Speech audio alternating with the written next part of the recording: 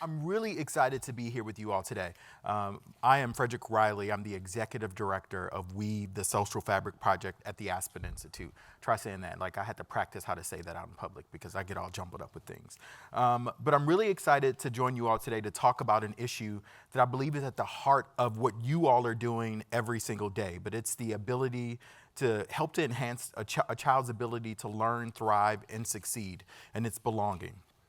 We are here at an education conference, but today's conversation isn't just about curriculum, testing, or school safety. It's about something a little more fundamental, the relationships that shape a student's experience, their sense of trust, connection, and worth. Without these, even the strongest teachers, the best academic programs, and the most well-funded schools will not be enough. Let me start out with just a little bit of a reality check across the country right now. Students and American people are just struggling in general, not just academically, but emotionally, socially, and mentally. The U.S. Surgeon General reports that 1 in 3 high school girls have considered suicide. According to the National Institutes of Health, nearly 1 in 3 adolescents aged 13 to 18 will experience an anxiety disorder. And for older youth, depression rates among college students have skyrocketed 134%, with anxiety being up 106%. These aren't just real numbers, but these are real cries for help. When students feel disconnected, when they feel unseen, unheard, unsafe, they are in no way and in no position to learn. And at the same time, they are witnesses to the political strife, the disconnection of our communities and societies as a whole. Now imagine our society and the perils that we're in right now, and we're worrying about how we feel about these things. What about our children? We all know that education isn't just about books and classrooms. When students feel like they are valued, when they feel trusted and trust those around them to have their best interest in mind, when young people feel they are part of a community of mutual care and support, they ultimately succeed. Weave the Social Fabric Project was founded in 2018 by New York Times author David Brooks because he was writing about a ton of doom and gloom and decided that he wanted to do something about it. He was writing about disconnected communities, neighbors at war, people infighting in communities, and he says there has to be some solutions. And so he traveled around the country, and he would go to big cities, small towns, forgotten about Midwestern neighborhoods, and he would host a dinner with about 50 or 60 people. But before he'd land there, he'd ask 3 questions. Who do you trust? Who shows up for people? And who's the leader in your community? And he'd meet with people like the 3 panelists I have here who joined me today, who just for whatever reason decided that it was up to them to solve the issues in their neighborhoods.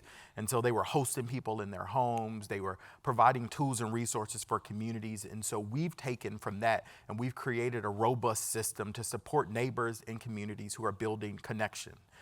But what we're also thinking about is, what about our kids? Our kids are in places right now, in schools and on campuses around the country where, right now our culture says, go at it alone, succeed, be the first one to win the race.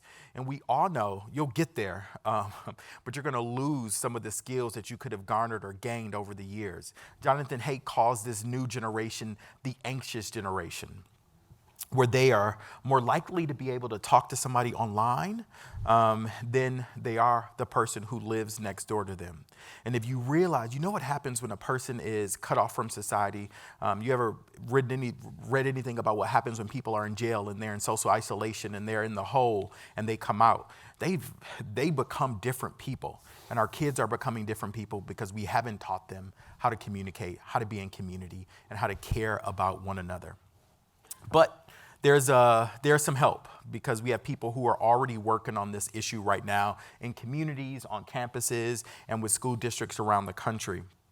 Our hope is that our 3 panelists will share how they have helped to weave a supportive community around students so all kids feel connection, trust, and value. Our hope is that when you walk out of this room, you'll leave with some concrete ideas for your work and with a reminder that each of us can be a weaver in our community. Because our social fabric isn't just a real kind of cliche thing, but it's the real net that holds us all together, and we need it more than ever before. So before we jump in, I want you to think about, before we get started, when you felt a time in which you felt really engaged in learning at school, and what made that happen? Was it just the teachers? Was it the popcorn machine that I can still smell in my elementary school in Saginaw, Michigan? Or was it the entire environment that made you feel like you belonged at this place? So just think about that for a second.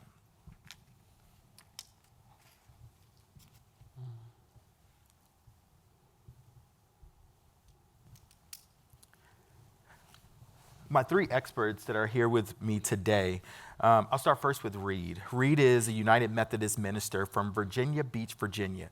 I didn't know that there were places called beach outside of Florida, so when I read his bio, I was a little like, what is that? Who lives in an intentional community at Georgetown University alongside a Buddhist monk, a Jewish rabbi, a Muslim imam, Jewish Jesuit priest, and 400 college freshmen. He is a nonprofit executive at Future Caucus, supporting Gen Z and millennial lawmakers in Congress and state legislators. Reed is also a democracy fellow at the University of Virginia's Karsh Institute of Democracy. Reed, you live in a unique community with religious leaders from different faiths and a group of college freshmen. I probably would have opted out of staying in that dorm. I just have to say that. What has this experience been like, and how has it shaped your perspective, given the turmoil around the country right now and what we saw from college campuses over the last year? Yeah, there's never a dull moment when you live with 400 college freshmen, that's for sure. Over the last 4 years, I have lived in a freshman dorm, and I've baked 40,000 cookies myself in my little oven that the university provides, and it's the little engine that can. But we get together, chaplains from different faith traditions, for a shared meal once a month, and we just have community with one another. And two of the chaplains who live there are both Muslim, and they got married, and they invited us all over to their house, and they said, let me explain to you what happens, when someone our age gets married and how we integrate our families. And they were like, you all are our families, so now you're going to be a part of this. And it's such a wonderful thing to live in that type of community, and then to model for students what it can look like to have dialogue across lines of difference. And that's where it's really helpful to have the being in person all together. So I open up my doors every Tuesday night, and about 60 students come through. Not always the same students, but they either smell the cookies wafting down the hall, or they get our emails. I'll turn on Beyonce, and we'll have conversations about whatever is on their minds this week. It's not often deep, probing questions about faith. It's really like, who got voted off RuPaul's Drag Race that week, or what's going on with your favorite team. And I have this policy that you can take as many cookies as you want. And so one week, a student on the football team came in, and he took a whole tray of cookies. And I said, okay, that's my policy. I'm sticking by the policy. He can have it. And he just went off, and later, that week, the tray showed up right next to my door. And the next week, the whole football team showed up at my open house. He had everybody in his dorm, wanted cookies, shared the cookies, and then they all stayed for the full hour. And we just got to talk and chat, and the music was playing. This was a couple years ago. I was in a real Lauryn Hill phase. She was my #1 artist on Spotify that year. And the football players took my remote from my TV and did karaoke. And it was the wildest thing. It was like Glee. That is how you build community. That's what a program looks like that helps students belong. And I'll say one more thing before I turn it back to you, Fred, but the most powerful thing was not that there were all of these students who would normally never interact with one another singing and having fun, but it's actually what happened the next morning when one of those students knocked on my door and asked if they could chat. And right before, it was one of the girlfriends of one of the players, and right before she had come to Georgetown, her mom got diagnosed with cancer and passed away. And she had not had the chance to talk. She didn't feel comfortable talking to any adult on Georgetown's campus about that, not her dean. She had not reached out to the counseling and psychological services that we offer on campus. She was like, I am struggling. I need someone to talk to. And it's because we had so much fun together the night before that it opened up that line of communication. And that's the power of community and bringing belonging on campus. Yeah. Rita, I have a couple of follow-up questions, but I'll save those because I really want to know like the climate on college campuses right now. But more importantly, are students coming to campus with those type of skills already? And if they aren't, how are you helping them to source through them? But you hold on to those, remember those, because I won't, right? Next, let me introduce Nikki Harris. Nikki is a Baltimore-based fiber artist, an advocate, and a resource coordinator for Pathfinders for Autism. She is the founder of HGE Design Company, where she creates therapeutic sensory art that promotes healing. Her journey began as a personal exploration of art therapy while navigating her son's autism diagnosis, inspiring her to use creativity as a tool for advocacy and community support. Passionate about inclusiveness, Nikki works to empower underrepresented community through her art and her advocacy work. Nikki, you know, we've hung out a bunch of times before.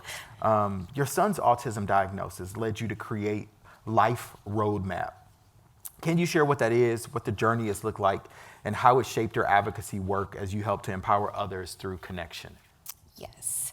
So everyone knows me as Roman's mom, but I have to always credit his brother Nicholas because he laid the foundation for the mother that his brother was going to need. Wow. Nicholas didn't need this version of me. He hit all his milestones early. His twos weren't terrible. He was doing all the things. So by the time Roman came along, I felt a little confident about this mom thing. He was sleeping through the night. I was happy. Christmas Eve, baby. And then his journey took a dramatic turn. He had started talking. He stopped. He lost his words. He wouldn't give us eye contact. He wouldn't play with his brothers. And I knew what the traits were early.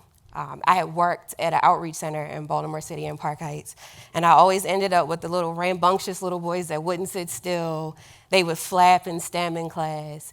And so I recognized it, and I did exactly what I told their parents to do. Don't be afraid of getting a diagnosis, early intervention.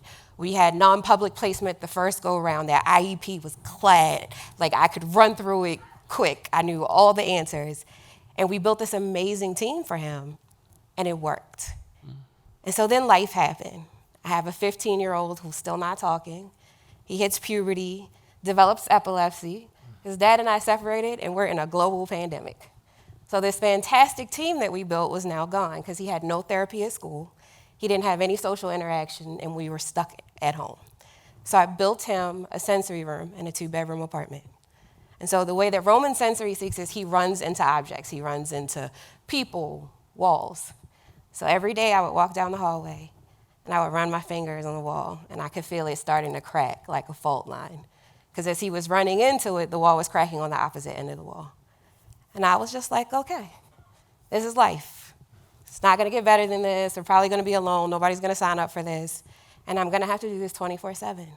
And it's okay, because he's mine. And so his brother looked at me and he said, Mommy, would you let me live with you forever? And I laughed at him. I was like, why would you want to live with me forever? There's nothing wrong with you. And he said, well, why do you think Roman wants to? And I really had to sit with it because my goal as a parent was always to raise happy, healthy humans that were self-sufficient whether I was here or not. And in that moment, I realized the goal didn't change because Roman had a diagnosis. His roadmap changed. And I just had to figure out a different way to get him there. And so fast forward today, Nicholas is getting his master's degree. Roman is able to stay in his school setting until he's 21. At one moment, Nicholas was a senior in high school, and his brother was a senior in college, and his brother was a senior in high school. And it was at that moment, it was like, same goals, different roadmaps. And so now they're both away from home, and I'm a full-time resource center coordinator. So I help families create their own roadmaps for their kids and understand that this is what life can look like. I'm advocating for families, educators. I get to be the thing that my son and I needed during our journey. I have so many follow-up questions, right? I'm going to get to those in a second.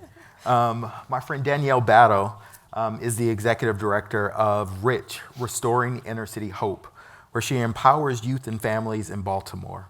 With over 20 years of experience in education, she has served as a paraprofessional, a teacher, assistant principal, and a district-level mathematics manager. I don't know how you kept your sanity through all that. Danny has dedicated her career to supporting communities historically excluded from opportunities due to systemic racism. She has trained school and district leaders in building strong school cultures where students can thrive. Through her work at RICH and her advocacy for systemic change, Danny remains committed to the equitable education and expanding access for all. Danny, tell me, how have your experiences shaped your approach to building stronger school cultures and more connected communities within education? Well, I'd like to say I have a really pretty, beautiful story, but you do. You tell pretty beautiful stories. The reality is that starting as a paraprofessional, so sitting in a room and being able to watch a teacher do their very best and be critical because you've never been a teacher, right, and be like, I would never do that. And then slowly watch it evolve, and as somebody pushes you up this ladder that you didn't think you would ever go down, you start to really see all of the issues from a lot of different angles. And you can't, I could talk all day about that the school year's not long enough to fit the curriculum, and that there's not enough time to love the kids the way that you want to, and that the only way to really make change is to be rebellious, and I believe that, and you have to be prescriptive on very intimate levels. I had a kid, his name was Taekwon, and he was, y'all know it, because if you've been a teacher, you've had a Taekwon. And I'll paint a picture without giving a descriptor. Taekwon had a mom who lost all her kids, and the grandma, him and his sister were the only ones that were still young. And the grandma said, well, I'll take the sister, but I would never take Taekwon. So, and then you walk around with that knowledge. And so I had this kid, and of course I loved him because those kind of kids you love, right? And he was getting worse and worse and worse. And I walked into the resource room, and he had completely decimated the room. And typically if I go in, he would see me, acknowledge me, slow down, whatever. And this time he was just a tornado and just would not stop. And he saw me and he cussed at me, and that was you don't cuss at Miss Battle, And so I let him sort of cycle down, and I was like, I love you, and we have this relationship, and you crossed my line, and that hurt me. And he was like, well, and he's still going, and I said, it's fine. But what I'm gonna have to do is, I'm just gonna have to remove you from my personal community. And he was like, I don't even know what that means. And I was like, I'm just not gonna see you anymore.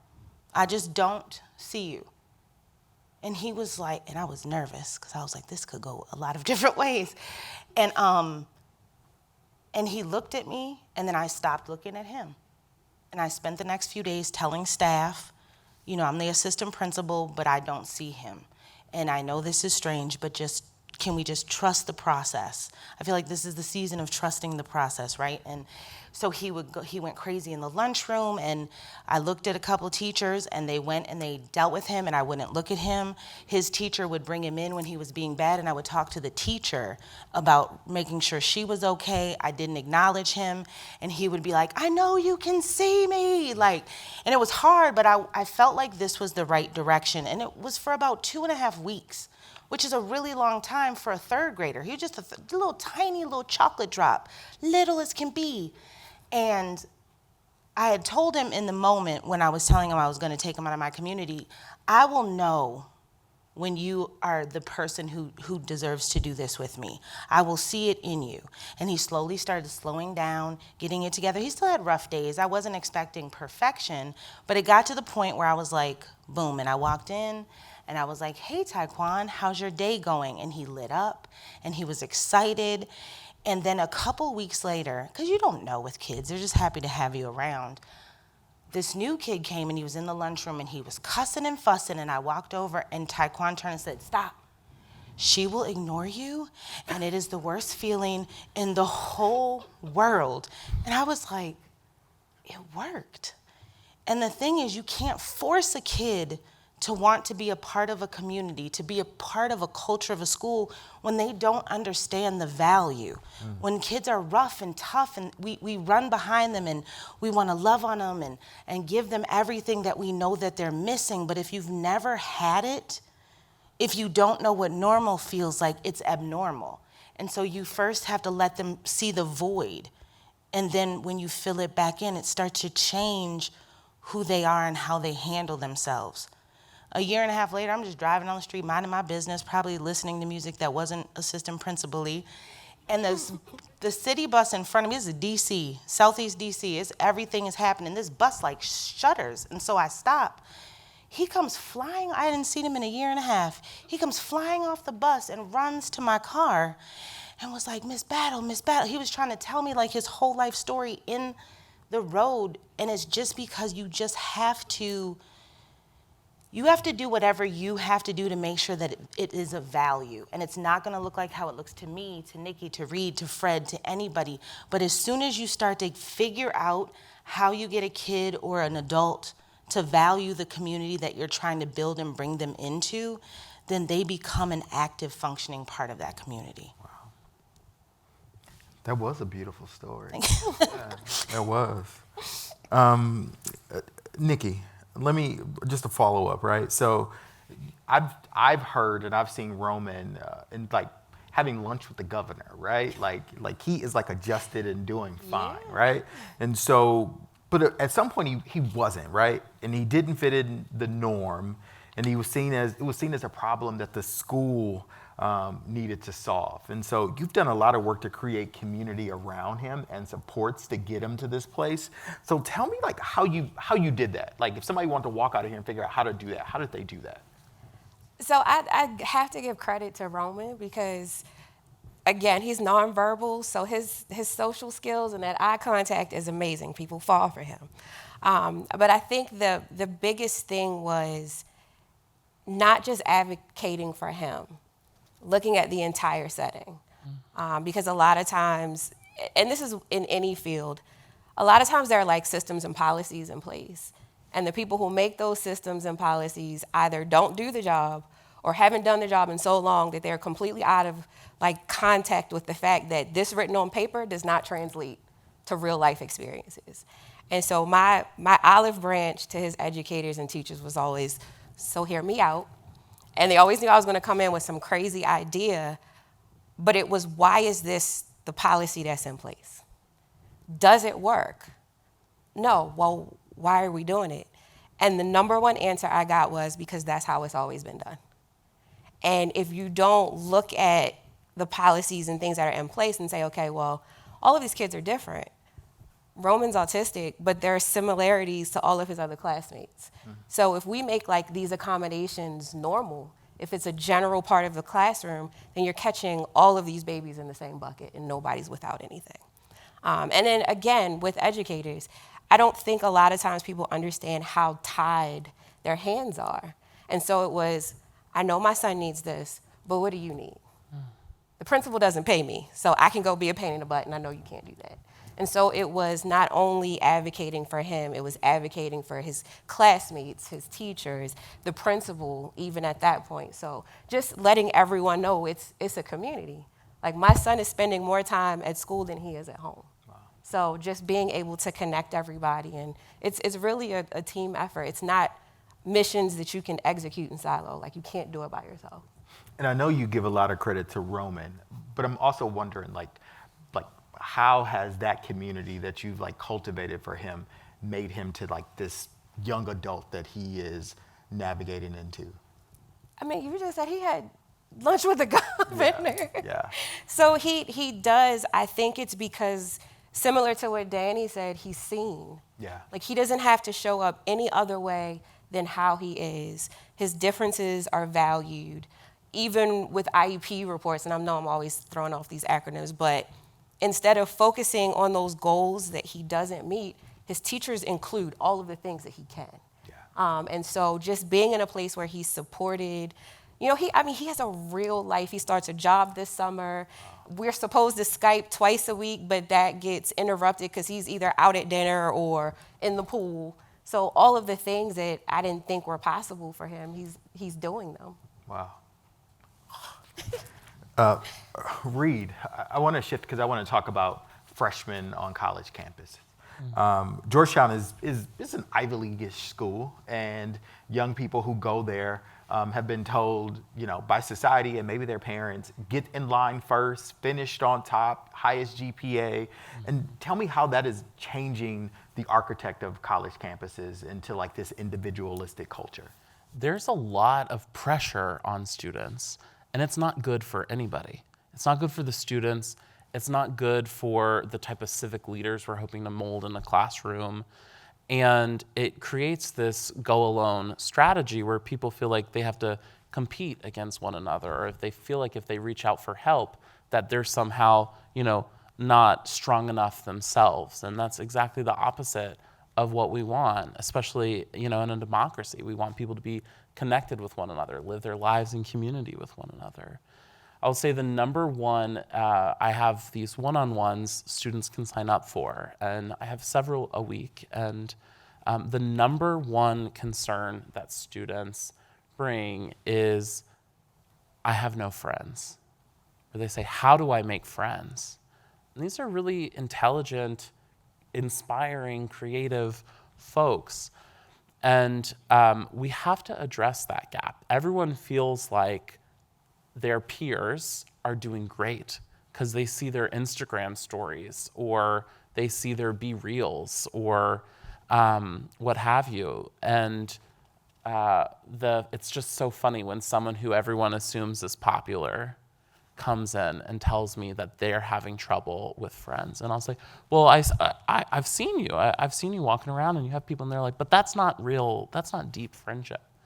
So one of the things that we did is started this program called Dinner with 7 Strangers. And the idea was that a student could sign up for dinner with me and 6 other people that they had never met before in the building. And we would come and we'd just ask 3 big questions, chat about it, have a little bit of fun with one another. And in a college dorm, you are building a neighborhood from scratch every single year. And sometimes that, you can create new community norms with how people relate to one another. There's real power in that. And we have seen just the connective tissue that has formed through these dinners transform communities.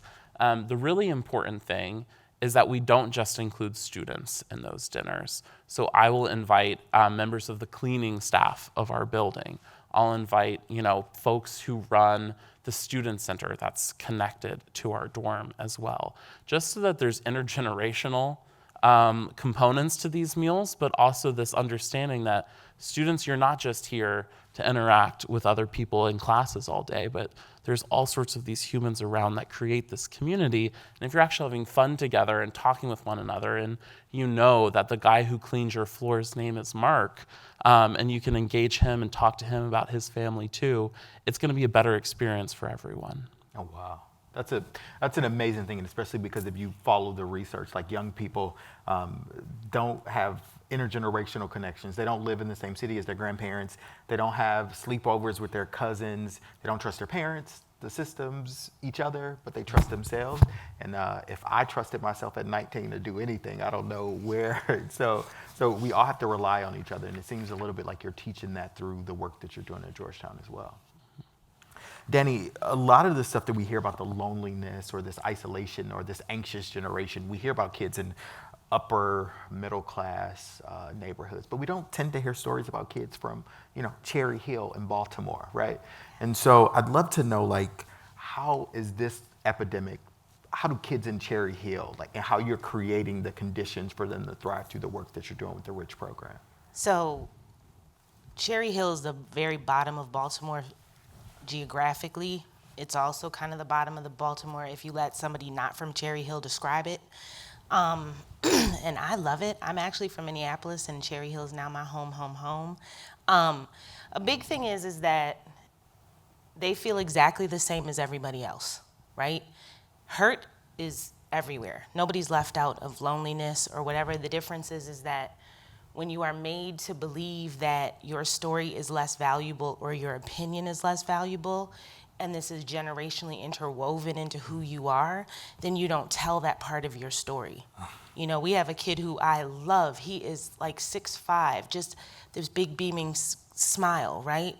And I just happened upon one of these little Instagram pages that wasn't his main one, and he is suffering from the loss of his mother.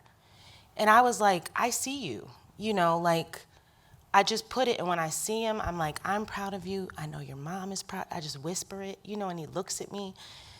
And the thing is that we forget on a lot of levels. We forget that kids are humans, that they deserve all of that 360 degree of love that we all want, you know.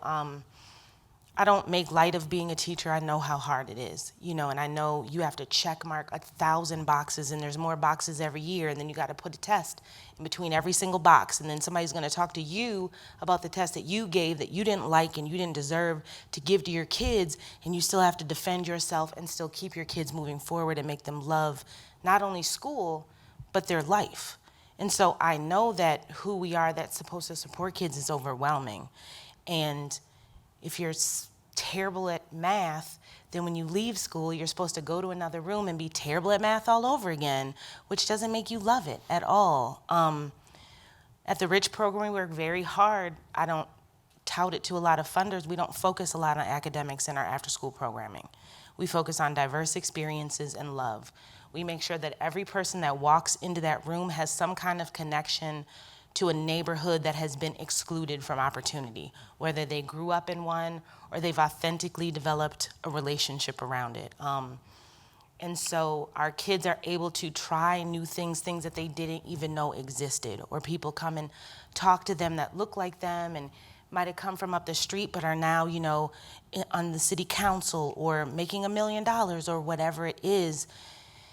But the thing it always goes back to, if it's in your class or if it's in after school, if it's you in your home, is that if you don't feel like you have a place to lift your voice, then you will just quietly be alone.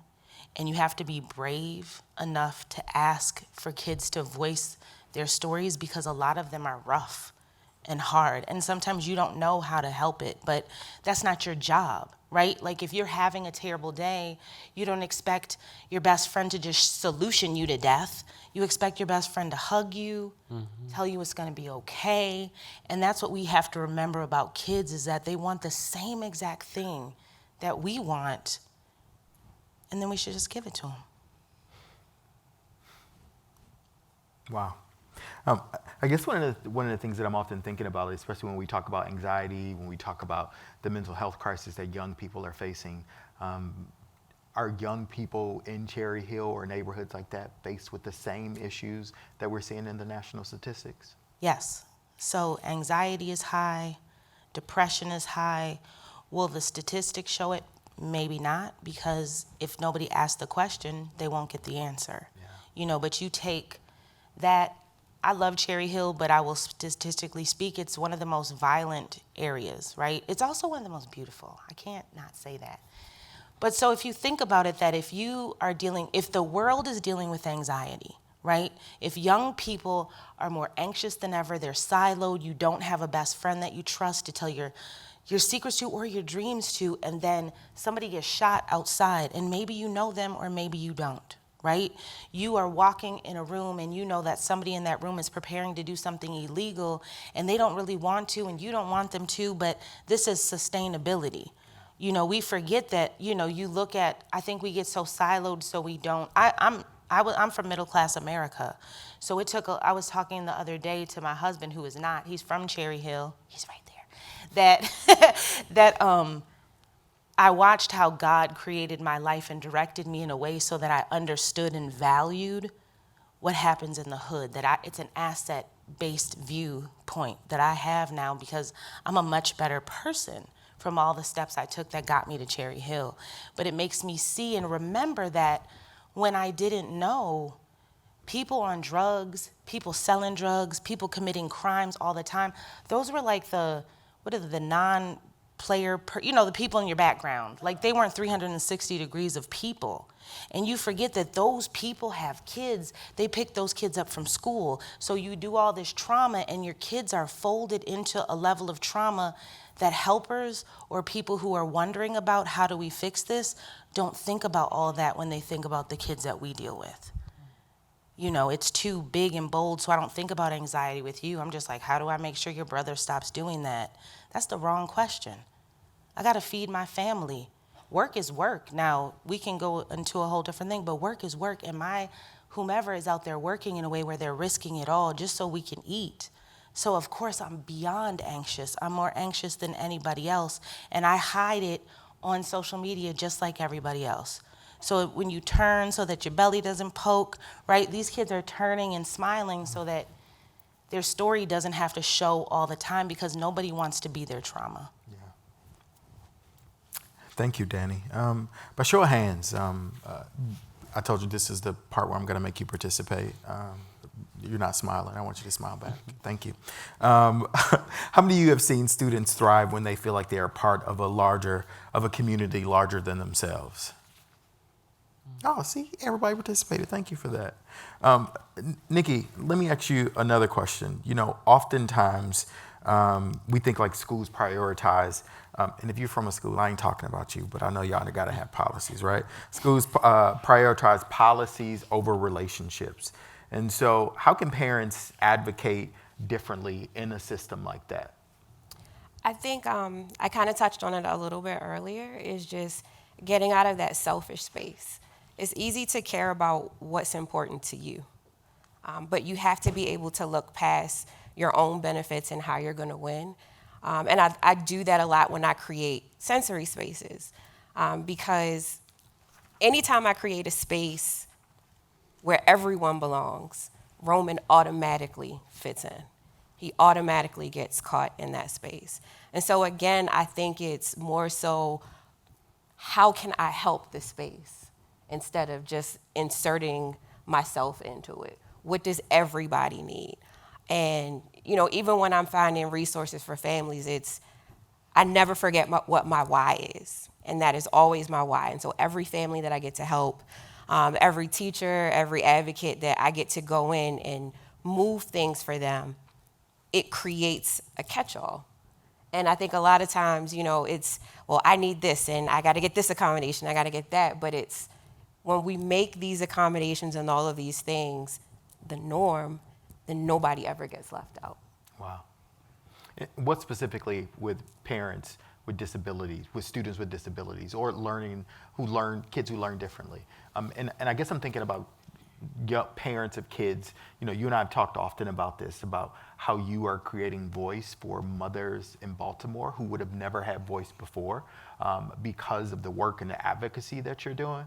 And so I'd love to just tease that out a little bit, because there are some mothers who may not come from high income zip codes, who have kids with an IEP and don't know how to navigate a system the way that you have. I think, again, there's so many pieces to it. Just whether it's family culture, because there were people that, oh, he'll outgrow it, don't worry about it. There's stigma around mental health. And so it's, number one, I live in a space where I really don't care what other people think. Like, as a parent raising a child with a disability, like, you have to get tough skin. My son might have a meltdown in the middle of the store. The only words I need are, how can I help? That's it. And so, again, not making people feel ostracized and alone. There's so many times we'll do events and parents will come and they're like, oh my God, your son rocks back and forth too? Yes, he does. Oh my God, your son flaps? Yes. So it's like, once you see that it's not just you, it doesn't matter. The income bracket. I work with an ex-Orioles baseball player, and his son and my son do the exact same thing. In that moment, we're parents. Yeah. And so it's all of those other things go out of the window, but then it also gives you a perspective, because it's like, wow, my story's not as bad as that person. Like, I've got it rough, but I have a support system, or I have a Friday off. And there's some parents that don't have that. So again, it's the community, just realizing you're not the only person in that space. So it sounds like you're building community for Roman as well as parents Yeah. who need community as well. Absolutely. So yeah, amazing. Reed, I once read a stat that says students or young people who make connections on a campus are 86% more likely to academically persist through and graduate between 4 and 5 years. And so how can you build this culture of connection and belonging so that students can do the ultimate thing, which is graduate? Yeah, absolutely. Well, the first thing is you really have to have an institutional focus on people, not policies. And I think this is the biggest issue that well-meaning administrators and schools will get into, where they'll talk about, okay, what are the outcomes that we want? What are the policies we need to roll out before? And where they should be doing is developing the people to create that culture of connection with one another. I have to say, I've loved getting to meet the folks here at South by Southwest EDU because everyone is so passionate about making their communities places that are actually thriving. My dad was a 3rd grade teacher for decades, and he is my hero.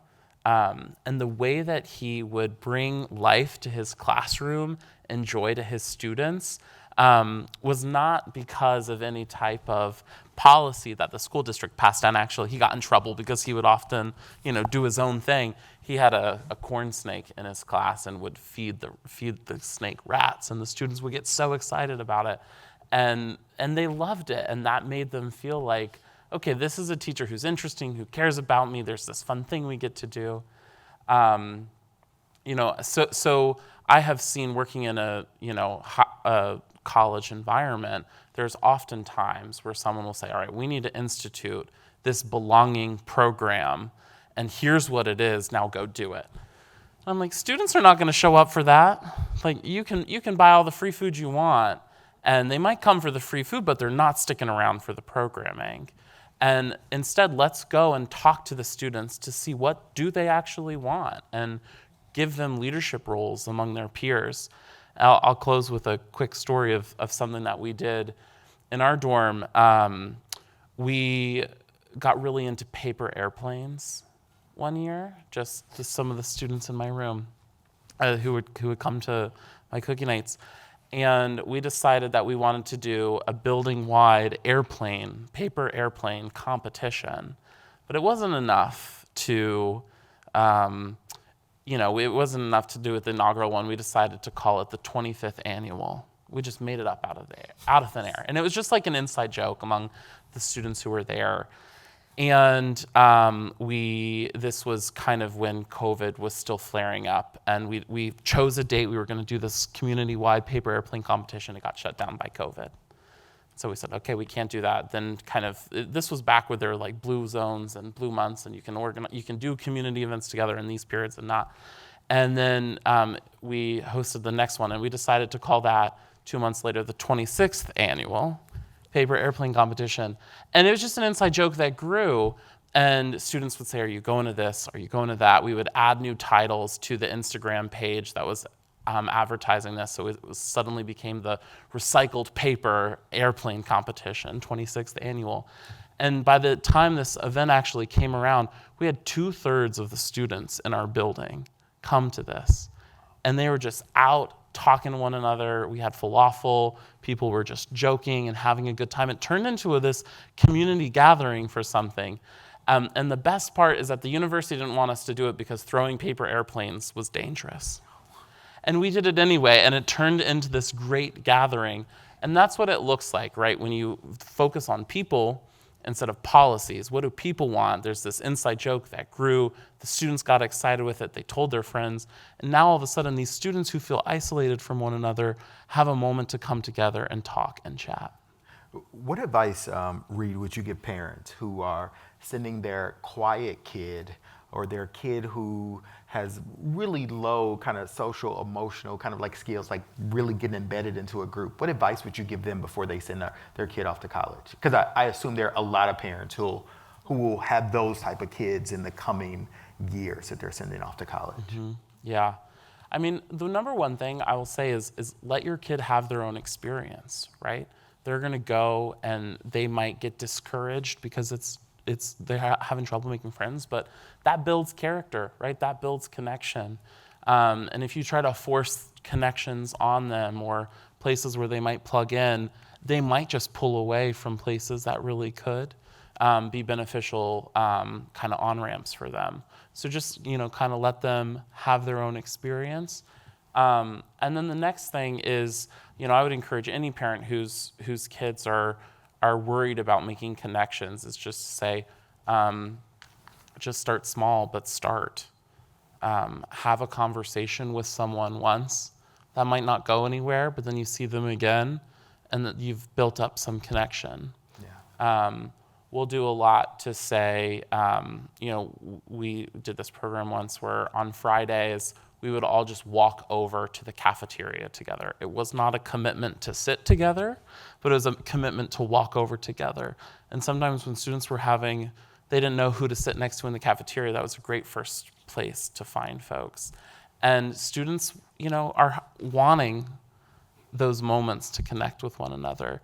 And so I would just say, find little opportunities like that to just have a small conversation. You don't have to have a big kind of plan to get them integrated into the community.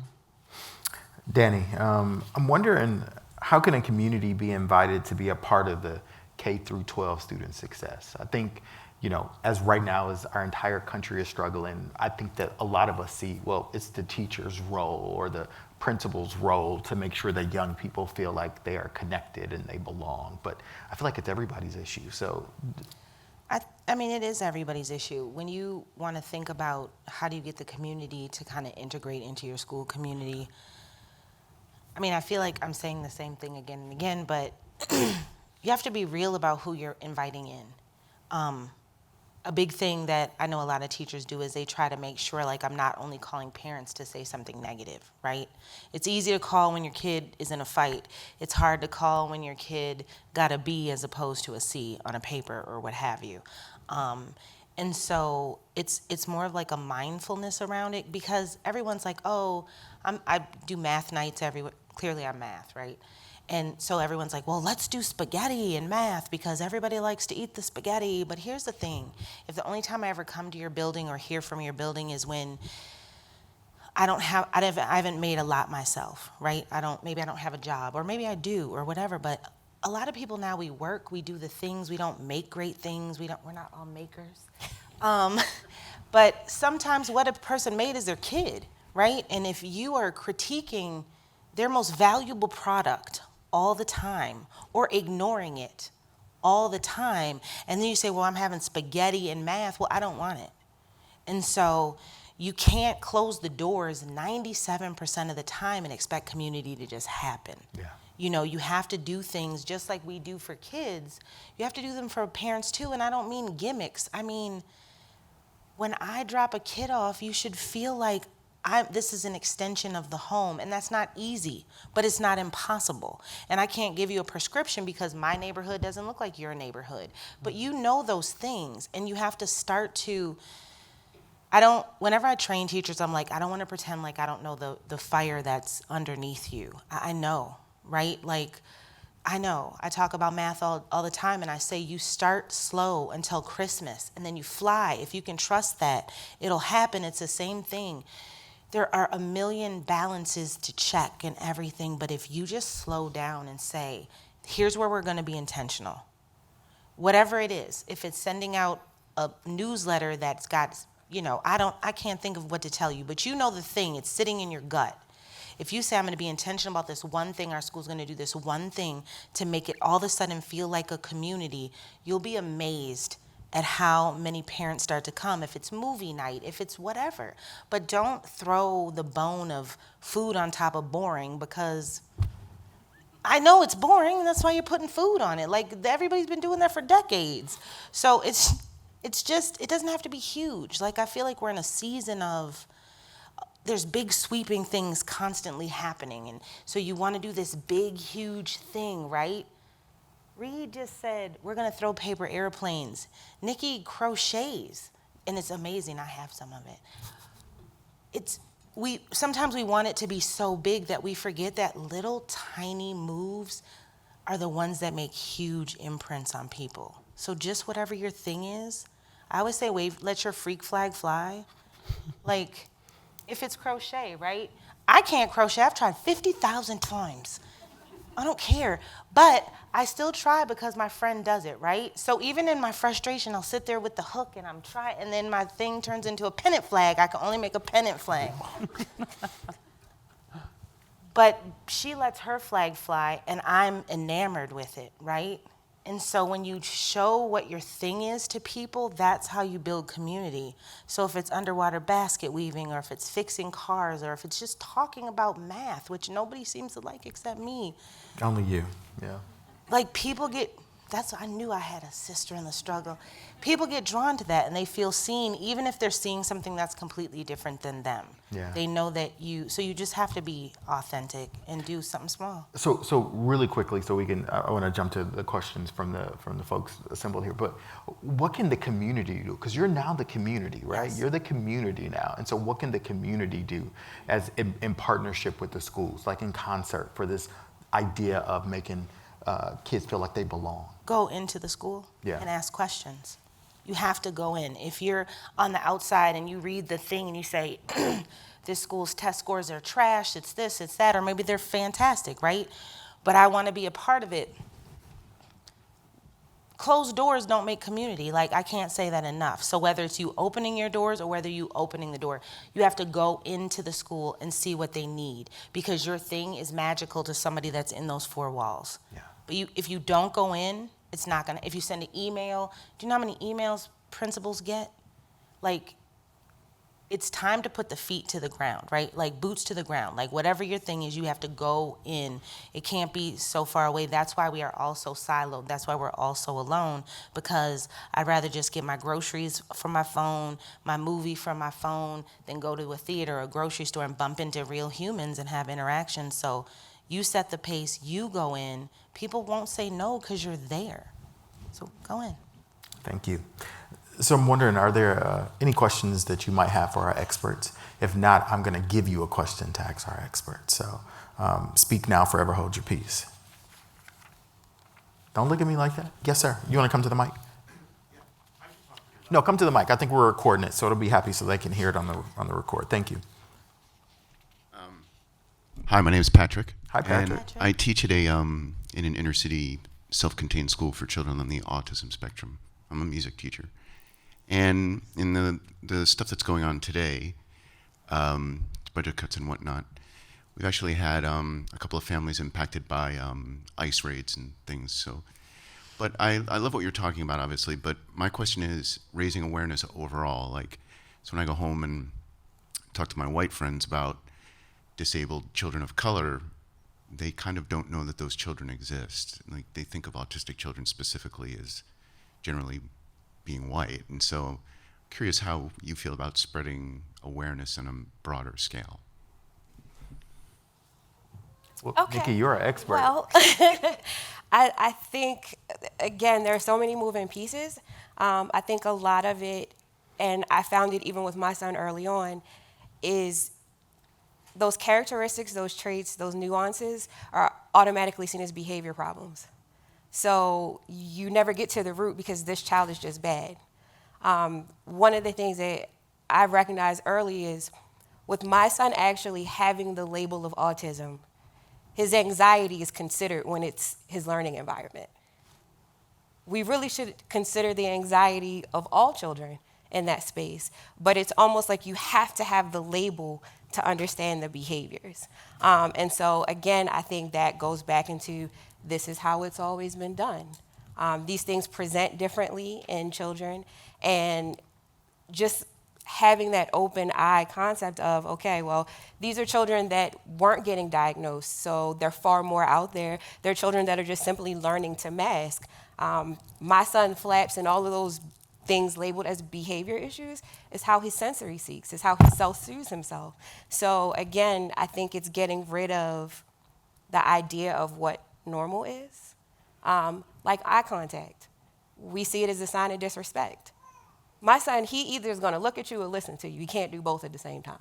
So even just getting those ideas and concepts that have always been done that way, that's how we've always viewed it, just looking at children, people as whole humans instead of just how do they score on this test and how do they do this and how do they play and this is how you're supposed to play. Evaluations tell children how they're supposed to play. So that's, it's just breaking through those barriers and correcting, I don't even want to say correcting, dismantling what we've decided is normal, and this is what normal looks like. So I think once we're able to do that, it's a bucket drop. Like everything falls in the bucket. Everybody gets caught. Yeah. And tell more stories. Keep telling your stories. Yeah.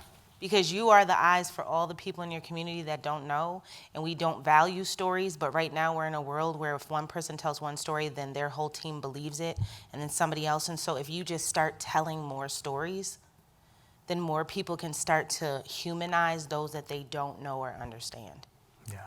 And just really quickly, and I'll say like each one of the folks here are just one person who started doing something very cool in their neighborhood for whatever issue that they saw, and they became the champion for it, and you can become the champion for that as well. And so we'll put a last slide up where you can learn more information about how you can actually do that. Sir?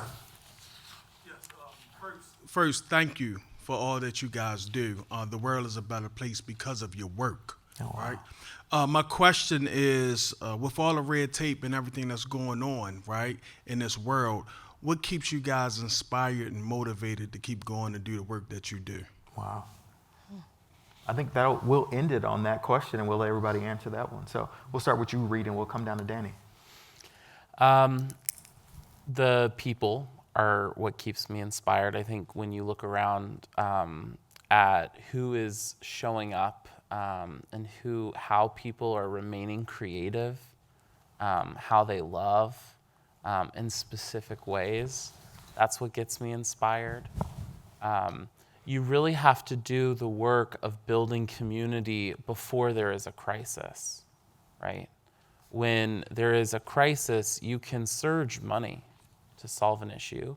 You can surge resources that people might need that they don't have. You can even surge people, but you can't surge trust. And trust is what you need in moments of crisis to heal divides, to build a vibrant community. And that takes a long time. That takes a commitment to being with one another and living with one another and loving one another. That's how we build a beloved community. And that's what gets me inspired, is the conversations that I'm having with folks who love their neighbors, who love their families, and who are showing up for them come what may. I think for me, it's important because I realize no one is coming to save me. Nobody is coming to save my son. Nobody is coming to save my neighbors. We have to be the ones to save one another. The people who put the red tape in place, the policies and procedures, they usually don't live the life. They aren't the ones experiencing it every day. They're not doing the work, or again, they haven't done it in so long, they don't know what needs to be done. And so I think if we start saving one another and saving ourselves, the work will always get done.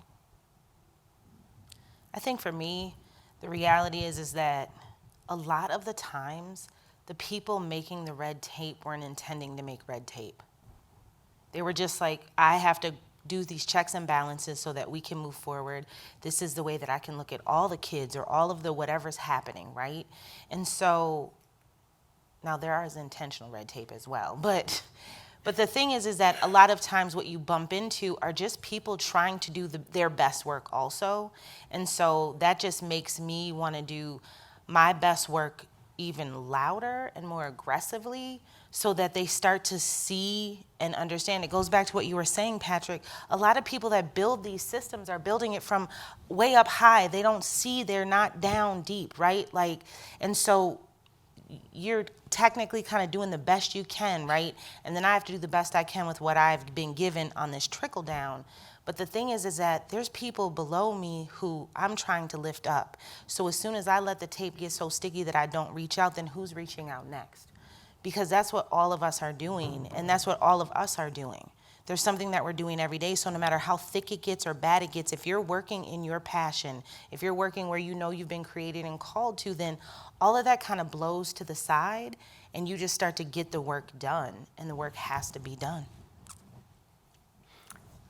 Mike, I'm inspired by Reed and Nikki and Danny and their selfless work that they're doing in their community. I'm inspired by my friend Tiny, who is doing some of the same selfless work. I'm inspired by these people that we call weavers who are all around our country, who are stitching together their neighborhoods and their community and the people who live and who are in there, who are following them. I'm inspired by the people who have helped me to stitch my life together. My 5th grade teacher, Miss Sharon Smith, who told me I was smart. My high school English teacher, who told me that college wasn't just a rite of passage, but it was a real ploy for me to change my life and the life of people around me. And my childhood pastor, Reverend Austin, who passed away a couple of years ago, but told me I was important and that I could be somebody. They were the first people to teach me about community. They were the people who taught me that community wasn't a good to have, but it was a must to have, and that I needed to be who I was going to be. And all people, if adults needed to be whole, our kids need it as well. And I hope you leave here today being inspired and inspired to continue the good fight of what you're doing in whatever role you're having in education, but even more inspired to know that community and belonging is all a part of the IEP plan. Did I say it correctly? It's all a part of the IEP for student success. Thank you so much for joining us, and please join me in thanking our experts for their time today.